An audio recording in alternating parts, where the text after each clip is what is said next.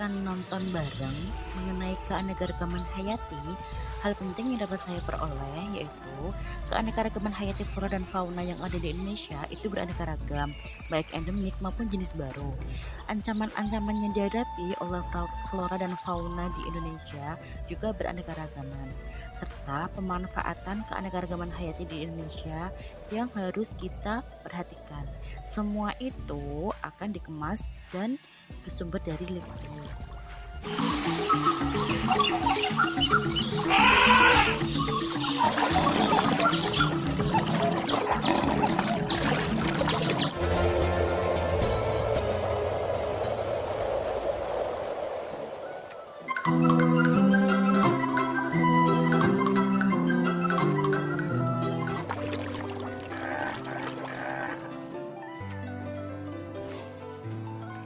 Tidaklah berlebihan jika dunia menjuluki negara ini sebagai mega biodiversity country.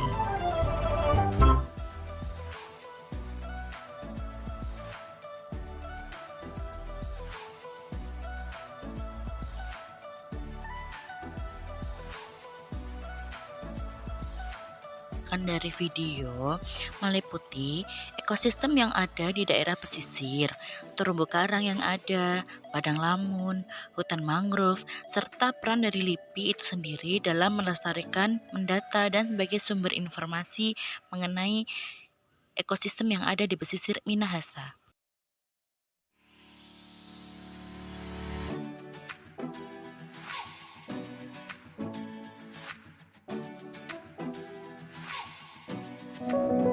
Selamat datang di Kota Batam. Upaya konservasi biodiversity Pulau Karimun meliputi kebun raya Batam, biota Karimun, eksplorasi yang ditujukan oleh LIPI.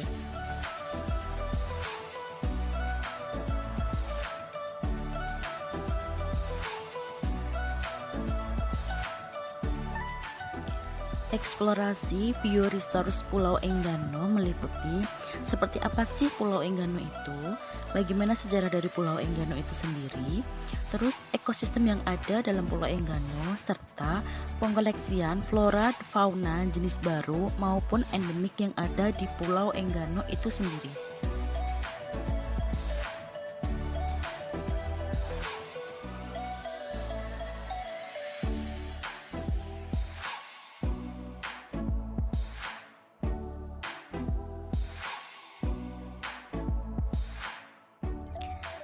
Ekosistem Pulau Sumba, biota endemik Pulau Sumba, hasil eksplorasi yang dilakukan di Pulau Sumba, serta pemanfaatan dari flora dan fauna yang ada di Pulau Sumba.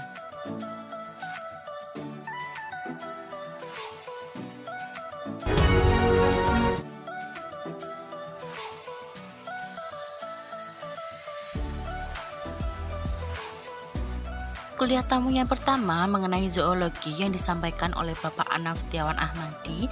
Poin-poinnya, keanekaragaman hayati yang dimiliki Indonesia yang berlimpah sehingga Indonesia disebut juga sebagai mega biodiversity country.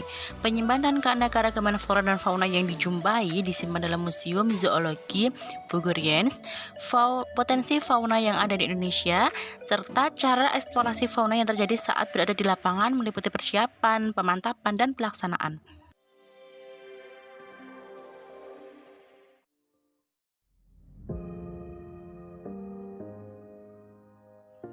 Kuliah tamu yang kedua mengenai lingkungan disampaikan oleh Bapak Bambang Setiono, di mana pada bab lingkungan ini, sebagai manusia harus bisa memanfaatkan sebaik mungkin flora dan fauna yang ada di lingkungan sekitar, serta kepedulian kita terhadap lingkungan sekitar dapat dimulai dari diri sendiri, keluarga, kemudian baru ke masyarakat luas.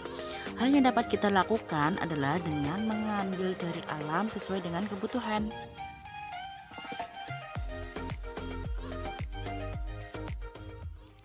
Kuliah tamu yang ketiga mengenai botani disampaikan oleh Ibu Fantri Sofiana Vistanti, di mana dalam botani ini hal yang disampaikan meliputi ekologi tumbuhan dan ekosistem fungsional yang terdiri dari ekologi struktural, ekologi fungsional, serta ekologi eksperimental. Dalam ekologi struktural terdiri dari struktur, vegetasi, dan karakteristik dari ekosistem itu sendiri. Kemudian dari ekologi fungsional meliputi fungsi dan valuasi dari ekosistem itu sendiri.